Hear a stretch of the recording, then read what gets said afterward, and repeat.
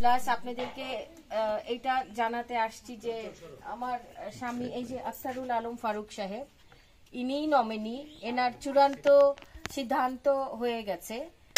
হ্যাঁ, এখন শুধু নমিনেশনটা হাতে পাওয়া বাকি আছে।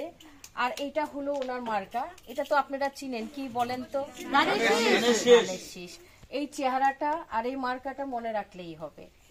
হ্যাঁ, উনি এমপি প্রার্থী। হ্যাঁ, আপনারা তো জানেন সবসময় ধান নিয়ে কাজ করেন, আপনাদের থেকে ভালো কে জানবে। তো আপনাদের মূল্যবান ভোটটা আপনারা দিবেনই দিবেন, এবার ভোট নষ্ট করতে হবে না।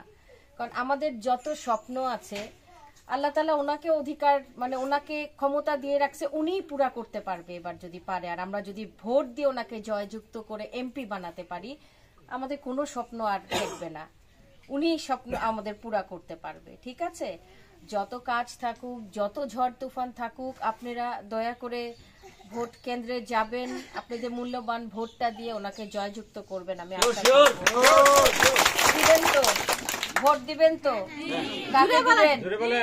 ফারুক ভাই, তুমি বলো না কাকে দিবেন?